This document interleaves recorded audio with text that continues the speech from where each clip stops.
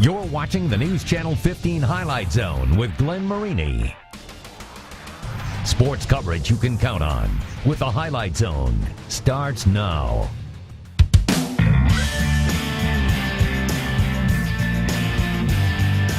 count on Keon a lot more than we thought they did. It's hard to tackle number three. It's hard to address all the things that they do on offense. They know our personnel, we know their personnel. It's just time to beat them for a change. I think it's time for a change, and we need to build our program better.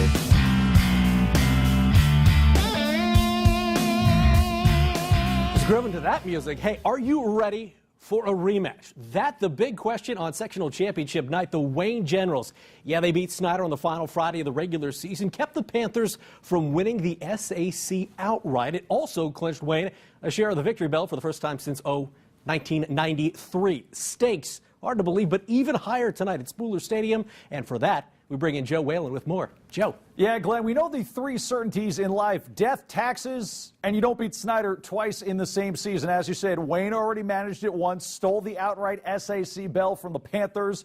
Keep in mind, Snyder has also won 13 consecutive games against conference opponents in the postseason coming into tonight. 5A sectional 12 championship game on the line tonight. Wayne's season has been snapped by Snyder 3 straight years. Keep that in mind. Late in the first, Panthers are on the move. Off the play action, Isaac Stiebling hooks up with Mac Hippenhammer. He's got a little room. Big game into Generals territory. Same drive, second quarter now. Stiebling keeps and conquers. 7-zip. But the rest of this half belongs to Wayne. Generals put together a long drive that's capped when Keon Powers goes around the far side for a 3-yard score. That would tie things up. 2 possessions later, just before the break, Powers again buys some time and floats it to Notre Dame target Austin Robertson. 13-10 Wayne at the half. We stayed that way until the fourth. Keon Powers looking for his bro. Deion Powers makes the catch, but at the last second coughs up the football. Snyder recovers, and with 4 minutes to play, Joe Williams bowls his way in from a yard out. Snyder up 17-13. Its first lead since early in the second. Wayne still with a chance, though. Next possession, Generals try the reverse, but big number 99, Marcus Green, comes in for the sack and the strip. Panthers recover another fumble, and 2 plays later, guess who?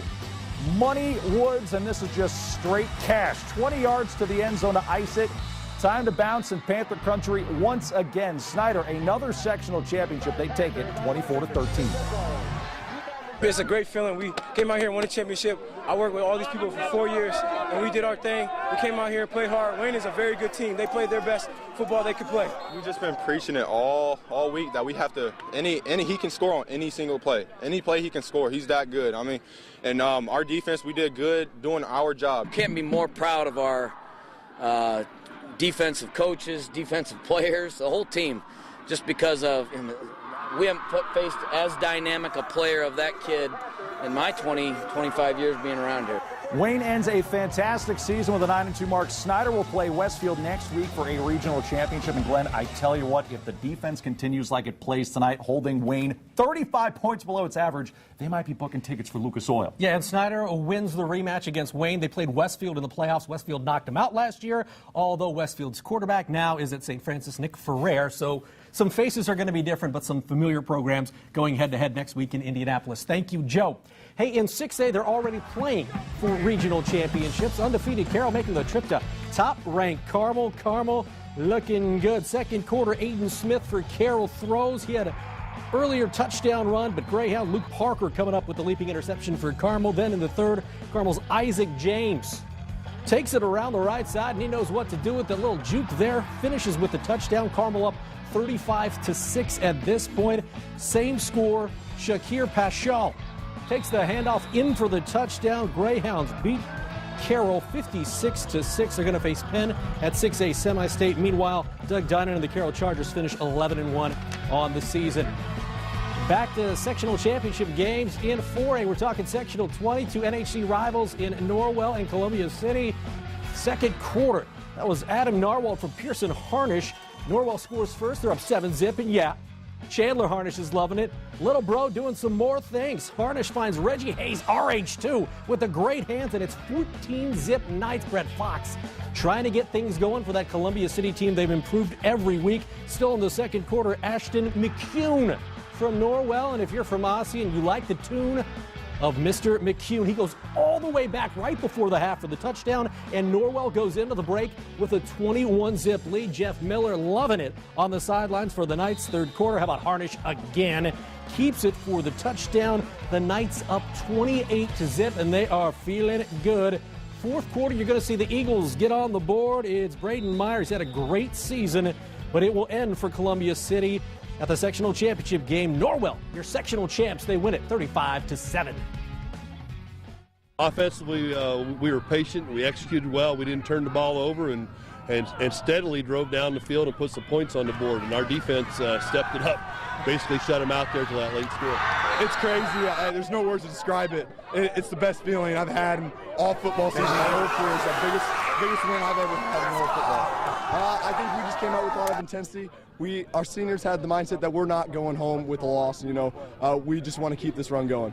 All right, so who is Norwell going to face next week? The winner of sectional 19 is who it would be. Northridge at Leo. Raiders, they rolled through Dwenger and East Noble so far in the playoffs. First quarter, they run the football, and they do it well. Peyton Carson deep into Leo territory. Second quarter, same drive, though. Northridge, Trent Brickner boots a 32-yard field goal, and Northridge up 3-zip. Jared Souter trying to rally the troops. You know what? They didn't move the ball very well on the ground, but the air attack was fantastic. Craig Kloffenstein to Gunnar Brown. We're talking 38 yards, and Leo leading at half against Northridge, 7-3.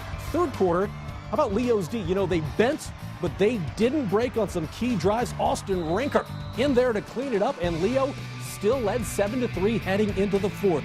But in the fourth, Northridge goes to the air. It's Carson to David Welker, and this is just a pretty pitch and catch. 28 yards. Northridge up 9-7 after the blocked PAT. Final seconds. Leo's got a chance. The Lions with the heave, and it is intercepted by Northridge. Folks, I was at this game. A heck of an effort by Leo, but unfortunately the Lions do fall short. They lose 9-7 to Northridge. We're proud of our guys, and this is a good football team. They came out here and, they left it out here. That's what we told them this week and before the game. If you can walk back in that locker room, happy with yourself that you gave everything that you had, then, there's nothing to be ashamed of. And they accomplished some great things. There's some. We started out with a young team, and we think we got better every week. And unfortunately, we didn't make the plays tonight, and they did.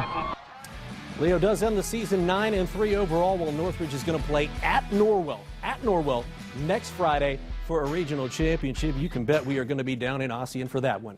Well, we've got to take a quick time out, but when we come back, we're going to crown 3 more sectional champs in the area. In 3A, we're talking an 8-3 Garrett team traveling to Always Tough Lures Field to take on the Knights and all their program's postseason success. In 2A, Woodland looking to win its first sectional title in 26 years. And Class A, an old-fashioned rivalry game, South Adams at Southern Wells. All that coming up next in The Zone. We are the Woodland Warriors, and you are watching the Highlight Zone.